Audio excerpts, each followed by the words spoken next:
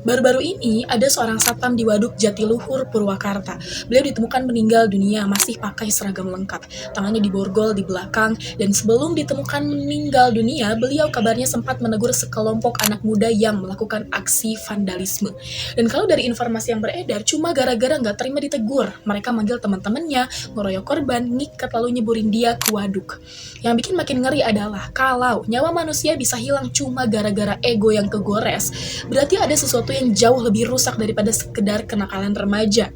Nah masalahnya, setiap ada kasus yang pelakunya masih muda, selalu muncul kalimat yang sama. Namanya juga anak-anak. Oke, tapi kalau sampai ngeroyok orang, ngikat orang, terus ngebuang orang sampai ke waduk sampai kehilangan nyawa, masih pantas disebut sebagai kenakalan remaja? Atau kita sebenarnya cuma lagi takut menyebutnya dengan nama yang sebenarnya, kriminalitas?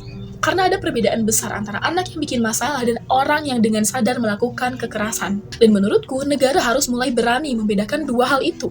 Karena kalau seseorang sudah bisa ikut dalam tindakan yang menyebabkan hilangnya nyawa orang lain, apakah kita masih mau menyamakan dia dengan orang yang ketahuan merokok di belakang sekolah?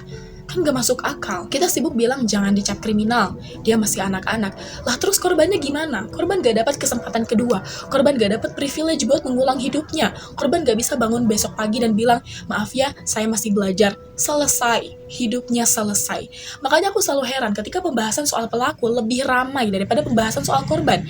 Padahal kalau memang seseorang sudah bisa merencanakan pengeroyokan, bisa memanggil teman-temannya, bisa mengikat orang, bisa berusaha menghilangkan jejak atau menghilangkan nyawa orang, artinya dia paham tindakannya punya konsekuensi. Dia tahu yang dia lakukan itu salah. Dia bukan bayi yang belum bisa membedakan mana benar, mana salah. Coba lihat berita beberapa tahun terakhir. Begal, pengeroyokan, tawuran, pelakunya sering kali masih di bawah umur. Kalau tindakan seberat ini masih terus dianggap sebagai kenakalan remaja, batasannya di mana? Harus seberapa parah dulu sampai kita berhenti menyebutnya nakal? Karena jujur aja, kata nakal sekarang rasanya udah terlalu ringan untuk beberapa kasus. Nakal mah bolos sekolah. Tapi ketika ada nyawa yang hilang, rasanya kata nakal sudah nggak cukup lagi untuk menggambarkan apa yang terjadi. Dan yang paling menyedihkan dari semua ini adalah, ada seorang satpam yang malam itu cuma menjalankan tugasnya. Dia berangkat kerja seperti biasa. Mungkin keluarganya juga mengira dia bakal pulang seperti biasa. Tapi ternyata kan tidak. Dan satu pertanyaan yang pasti bakal muncul setelah ini. Kalau benar pelakunya masih di bawah umur, lalu bagaimana hukum memperlakukan mereka? Karena yang sedang dipertaruhkan di sini bukan sekedar masa depan pelaku, tapi juga rasa aman masyarakat.